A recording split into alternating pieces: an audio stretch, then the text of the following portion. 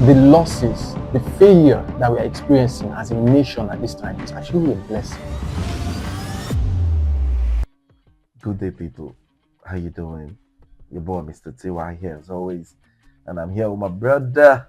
Havila, lover of life, common sense, and deep insights. Yes, people, you all heard it. Deep insight. That's what it is. Today we'll be having a great topic. A topic that goes by the way we do things in Nigeria and how it affects our everyday living and experience. My brother Avila, what can you say on this? Well, when you introduce the topic that way, I have one thought in my mind, Right. and that's basically our modus operandi, the way we do things. You know, the default mode that we turn to whenever it is we are trying to execute things. And for me, I would not say it's something to be very proud of. If you are going to take our recent outing with the DRC, for example, in the recent match that we lost, you can tell that we have been a team or a country of persons who put in as little work as possible but expect the most out of the successes that is supposed to come from there. What do I mean by this? We tend to be lackadaisical toward putting in the work. Let's take, for example, like I already mentioned, our squad, our boys. Club side, all of them are exceptional players. True. It's been a recurrent theme amongst us. Club side, they are exceptional, but when they come home and play for the national team, there is a difference. There is a discoherence. There is no understanding. It's almost like we are babbling through the process, and we tend to have mediocre results, even when we have the best team on the continent. Honestly, brother, you said it all. This is something that's affecting us. What can be done? You know, I feel like it's madness to keep doing the same thing over and over again and expecting different results. We cannot expect such successes. Imagine us going into the World Cup with this sort of gameplay, with this sort of cohesion, lack of cohesion that we have in our national team, and then going and facing a form of embarrassment, getting kicked out in the round of 16 and all of that stuff.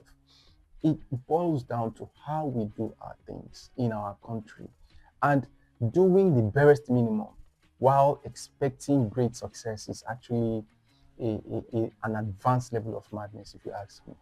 Brother, I mean, I totally understand what you said, and I picked out a few key points from all you mentioned, but I feel like there is something of importance I need to say here, which is that of the stadium allocation they said FIFA gave us and all that.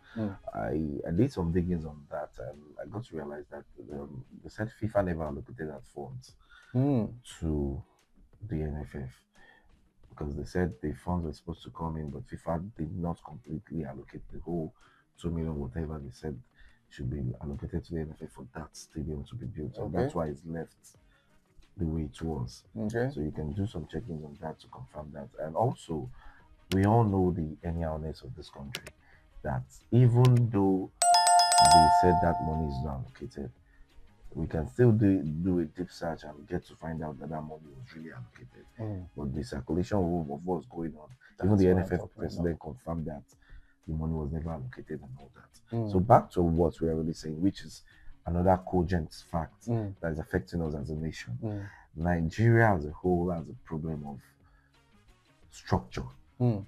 We have a problem of structure because a lot of things are not working in our favor. And then we just go out there, try to put our national team first, probably will win, and they'll think everything's going fine. To be honest, we losing, like a friend said after that game, we losing that game is as a result of the major problems in this country. And now I think I'm concurring with that fact because, yes, it is one of the most important things in this nation that a lot is not going well. And it's really showing in everything we are doing. In our results, it's showing. Life is give and take. If you don't put in that effort, you will not get the results. Same as the country. Nigeria is not putting effort in any of our lives. And the result is there to be seen. The under 17 did not qualify. The under what did not go anywhere. Almost all our national team from the least level to the highest all failed this last years. Mm. This is really concerning. Of course it is. This is really heartbreaking. Of course it is. This is really affecting our country. Mm. What should be done? What can be done? And what is there to be done? Great question, brother. What can be done? Well, I believe the first step to solving any problem in the first place is knowing and acknowledging that the problem exists, right? So from there, you can get the best patterns on how to modify your behavior in order to have different results. But in our country, I don't think we do not have this sense of national introspection, whereby we look at ourselves, at our behavior, and say, okay, because I behave this way, that is why we're having these results. And I think the losses, the failure that we are experiencing as a nation at this time is actually a blessing. It is a blessing in disguise, because a lot of the time, us humans, we are very stubborn. We do not learn until we experience a form of loss, failure that jolts us and makes us do a lot of introspection. So what I believe we need at this point is introspection. In fact, I'm going to use a personal story, as in a personal experience I had, to explicate what I'm talking about. Back then in primary school, even through secondary school and tertiary education, I was the kind of student that didn't need to do much in order to pass. Right. You know, when they say others read for exams or tests, I don't do such things. I am this sort of learner whereby if I am there in that situation where the teacher is speaking and I pay attention, You're good. I can retain it. Right. You understand? Then I do not study. Instead of reading, I play, watch TV, or read novels, or do stuff like that. Right. And that carried me through primary and secondary school. I was an above average student on a normal day without even pushing. And then imagine this, carrying this attitude into my late teens, my early 20s. It's going to, it's not like it's going to, it actually bred a mindset of mediocrity. I'm going to be all right. I don't need to put in the work. I'm going to be all right. You understand? Right. So until I came to a place where I experienced a lot of loss, failure can do that too. You can open your eyes. Then I started seeing, okay, I need to change my life in such and such ways. I need to do things differently. Right. And by God's grace, I'm seeing results. Facts. There's always that first point where you have to say, okay, enough is enough. This is what I am doing. And when you do that, ways to change and mitigate the problem will appear. It's very simple, my brother. So in a nutshell, all you're saying is that Nigeria need to start doing things differently. Yes, Nigeria change their ways, give us opportunity that we deserve, and let this country work. Yeah. The people are ready. Everyone is ready.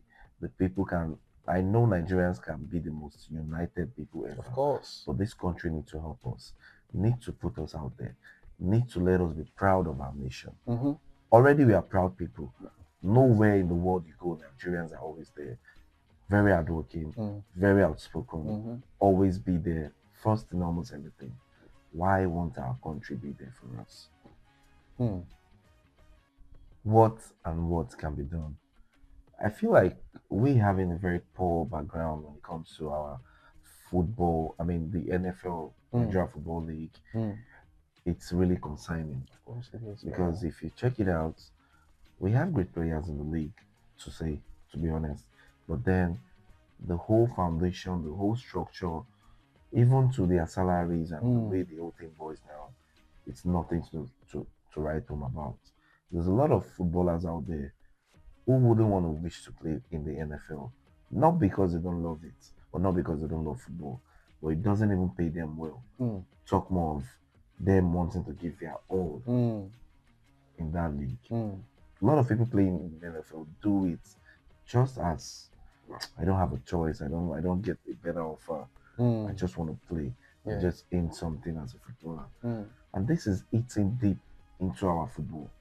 Look at South Africa for a typical example. A lot of all their players are homegrown. Yeah, they play in mostly all their leagues. Even they have foreigners, it's just a few. Majority of their players are in their leagues because they have a good structure, a very good league, and it is showing. It is evident in the way they play in the pitch. Not taking it out from our great players like Osimhen, Lookman and Co. Yes, they're doing their best, but it's really, really killing us because we don't have a good structure Yeah. in our country, in our league, and it's affecting the whole everyday thing of Yeah, of the course. Nigerian. You are so right, brother. You are so right. And just like you rightly said, by citing the example of South Africa, let's not even go too far. Let's take, for example, the DRC. Right. If you noticed, the fan base for DRC at what was the name of the stadium? Is it Rabat in Yeah, Morocco? yeah, in Morocco, yeah. Yeah. The number of fans that turned out for the DRC Right. outnumbered the number of fans that turned out for Nigeria, almost 8 or 10 to 1. Right. Why do you think that is? It just shows that Nigerians have way less disposable income. Oh. Way less Nigerians were able to afford to fly to Morocco to watch it. It's honest. that concerning. Right. And coming from a place whereby a couple of weeks ago in our league, in the far north, where during a football match, an opponent actually equalized during the game. Right. He paid the ultimate price. They slit his throat. Yeah. That is the kind of standard we have at home. It's so crazy. You know, it's crazy. And again, see, you heard the news about how FIFA gave the NFF about $2 million or so to build stadiums. Right. And if you see the amount that was used, comparable to what was given to Rwanda and maybe some other African countries, and if you see the difference in execution, this form of anyhowness, how long do we intend to carry it on? Honestly, brother, how would our country be there for us? Great question, brother. How can they do it? It's really, really, really a touching question because I know a lot of people out there, a lot of Nigerians out there asking these questions. How can this be done? We need your take on this as well. Yes, guys. Give us your comments. Let us know what you think. Let us know what it is that can be done for this nation to be better. Of course. We are appealing to everyone out there to, give us their 2 cents. And let's see what's going on. Brother, Yeah. I mean, what do you say? Yeah, guys, you know what? Join the conversation. Right. Post your thoughts. Let us know what it is you are thinking. Your introspective thoughts. True. Let us hear from you. And let us get the conversation going. Be honest and be introspective. Those 2 things. From there, the sky is our limit. Thank you guys so much. Peace out. On Naija Parley as always. Thanks.